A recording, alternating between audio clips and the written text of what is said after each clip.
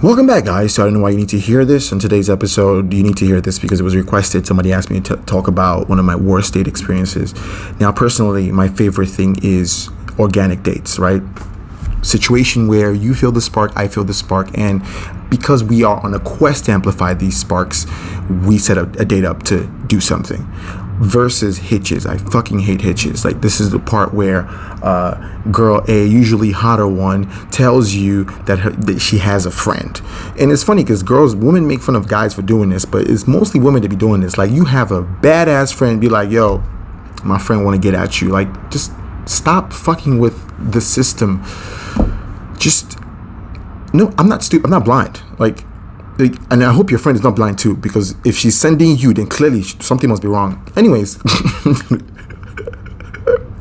I sound like an asshole, but I promise this is real shit. Do not send your hotter friend to go shoot a shot for you. In very few cases, it will work out, but it's very rare. I promise it's very rare. Anyways, let's cut right to it.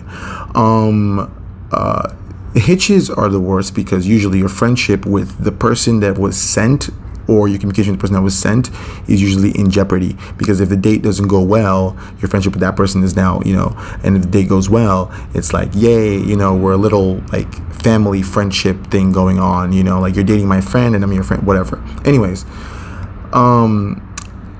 dates initiated. Now, again, warning, I will come across as an asshole, but this is just completely honest of me. I think I've made it very clear several times on here, and not at the disposal of any other type of body types.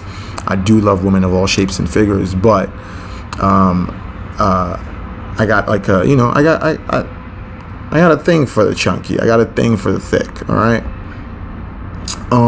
And basically, and also I hate that people call, when you like thick women, people say it's a fetish, but when you like skinny women, it's like not a fetish. It's just like you're just into women. It's weird. It's very weird. Anyways, okay, so friend A hooks me up and says, oh, one of my friends like talk to you, she think you cute and funny, whatever. And then I'm like, okay, all right, let's I guess let's make it do what it do.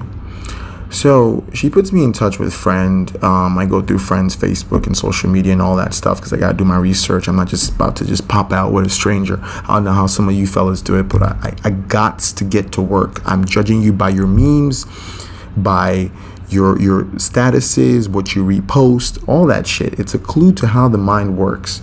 And if it's sporadic and random, the more fun the person is. But usually if there's like a linear message, you could kind of tell where this person is headed. And I could kind of tell where she was headed. I'm not saying that I'm against anybody who expeditiously wants to get married, but I can definitely read into the somebody's son and the, somebody's wife, all those type of messages. It's a little scary because people like that, usually because they have such a clear-cut goal, all of the schematics as to how to reach that goal is null and void. They do not think about the details of relationships, the details of interaction, the details of getting to know a person. They just think about end goal, which is husband. These people are, personally, I think. But anyways, I digress. Let's just say that they're the righteous pygmies. So as I guessed, let's fast forward to the actual date. As I guessed, of course, I meet up with her organically. We go to this nice diner spot because I love diners. Fun fact, and I happened to pick that. But apparently, diners are not romantic, which is hilarious to me because I didn't know that. And I feel like these are the kind of things that women will tolerate from you if you're cute. And I'm aware. Okay, attractive privilege is a thing, and it didn't occur to me for a while. I was like, I got away with a lot of stupid things that were just nerdy and losery, but I guess when you're cute, Anyways, so we meet up or whatever, and we're making conversation. But basically she's going from her little research. Again, remember what I said about the schematics and details not being enough? From the little research that she did, which was like a very rushed recon. Okay, she didn't do enough research, and it was obvious. You didn't do your homework, because she shows up to the date and she starts to talk about video games and Marvel and DC, and I'm like, you're hurrying. It's like you're is you're looking for like commitment to go, relationship to go. Like you're looking for a snackable relationship. Like you want to get it fast, microwavable. Like you're just saying all the things that you've seen on my page, you've seen me talk about, and you're bringing them up. Like, yo, you play video games? I play video games. I love video games. I love Halo. I play it all the time. And I'm just like, oh man, shit. First of all, the most important thing that blew my mind was the fact that when I show up to the date, for one, she had undergone some sort of process. Nothing against it, but she was not the thick person in the said pictures when I was looking. So let's just say things deflated a little bit. Nothing wrong with that too. It's just sometimes plot twists like that, you have to be prepared mentally. I was just not ready for that kind of like plot twist. Anyways, she starts talking about all this video games and Marvel and DC and who's your favorite character, and I feel like if any woman is watching this and you use lines like that and you're cringing at the fact that this was a cringy moment, yes, cringe. I don't know why do women think guys are stupid? We play stupid. We're not stupid. We play stupid because of what we want to get. Guys will play dumb. Like, if this is the relationship that brings me 80% peace, I will play stupid just to retain it. That's just how it works. Guys are not stupid. We're very, very, we're very on it. We just know how to, play the part, essentially. So it's like, if you're going to say all that shit, even though it's cringy or awkward or terrible, at that point in time, that's where your personality or your looks might save you, and make it not as cringy. But in this situation, I was not digging either. So I was like, okay, let's hurry this up. And, this night could just end and I could just go back to my Netflix shows. And then I remember the one that blew my mind. She says, I was talking to my parents about Nigerian weddings.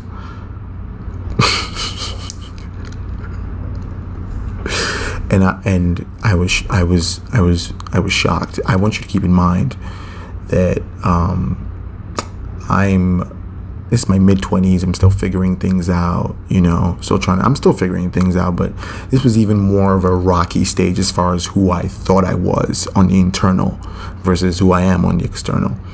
And I said, marriage. You're talking about marriage. She's like, yeah, I was thinking about traditional outfits and what we're going to be wearing and what I would wear. And then she's like, nothing like that. Nothing crazy. I'm not trying to rush you into anything. I was like, then why would you bring up fucking marriage? Why would you bring that up right here, right now? At this point, I'm like, you know what? Maybe it's just cute little girl fantasies. That's fine. She's forcing conversation out of me, mostly because I personally I was done.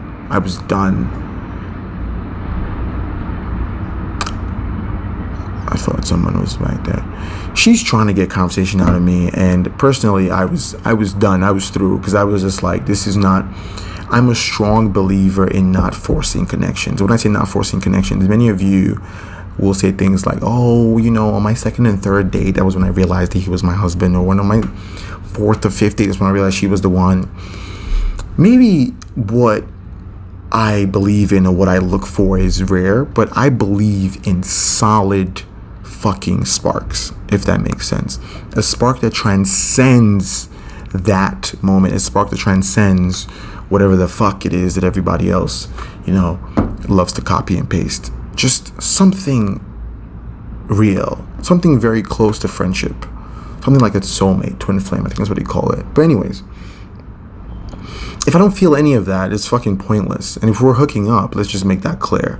But if we're not hooking up and you just want to prolong this, or you want to try to make it seem like there's some spark that isn't, like I said, spark to go, commitment to go, snackable relationships, I'm not into that. I'm really not. You could either hook up and have a good time because we're feeling each other on that note, or we keep pushing and skedaddle. Or it sparks, right? But if it's none of the above, I was like, then I waste my time. Anyways, we're leaving, and she offers to. She's like, it's late. I don't think you should take the train. Personally, I don't care. I take the train. If it's, I feel like it's just part of every big city I've ever been in. I don't mind the wildness of the nightlife or anything. So I was like, I take the train all the time. She's like, no. She had money, so it's a little different, I guess. So she was like, "I get you on the Uber." And personally, I don't like women doing things for me because there's a pattern. The minute that you do not give a woman all of the things that she wants from a relationship, all of the things that she has done for you are not from the bottom of the heart. It comes to the top of the heart, and you start to get receipts. All of a sudden, it's like, I did so much for that man. He used and manipulated me. He will all of it. And that's why, listen, when women are toasting, because women toast. See, men toast in a different way. Men toast telling you what they have done for you, what they will provide for you. Women toast you by just doing it. They will do it, and then you be going one way or the other. You're not picking up on the tips. She's helping you. Yeah. But that thing is accounting. It's accruement. She says she gonna call the Uber. She calls the Uber, of course, or whatever. Maybe I'm speaking from a place of trauma. And I get home, and nice night. Oh, made it home safe. Yada yada yada. I made up my mind that I was never gonna see her again. I have never been so certain that I don't ever want to see somebody again in my life. Well, in that context, not like dead or anything. But long story short, I know that's not like the worst date experience ever, but long story short, I think it was terrible to me because of how much I was dragging out, how much this was dragged out. Because not connecting and vibing with somebody and then just dragging it out just continuously, like, what are we doing here? Like, what's happening? And of course, the message that was relayed was it went back that I was a fuckboy. It's classic. It's just the best because women know how to take rejection so well. As soon as you do not play out the way they think that you should, it's fuckboy. So I was like, all right, fine. It was, I'm guessing maybe because you spent money on Uber. I don't know. Anyways, that was basically how it ended because I never wanted to see her. Maybe I ghosted. Maybe that was what made me seem like a fuckboy. But I thought fuckboys actually have to lure you into having sex. Anyway, the definition changes every day according to how the rejection plays out. My point is, stop fucking faking sparks out here, okay, guys? Like, no matter how badly you want something, know what the fuck it is you want and what you're looking for, but don't try and speed shit up just because you want to get somebody as quick as possible. That shit is trash. You hear me? If the person is watching this video, it's also trash. And it's just, like, come on. Watching a real nigga Ike Slimster.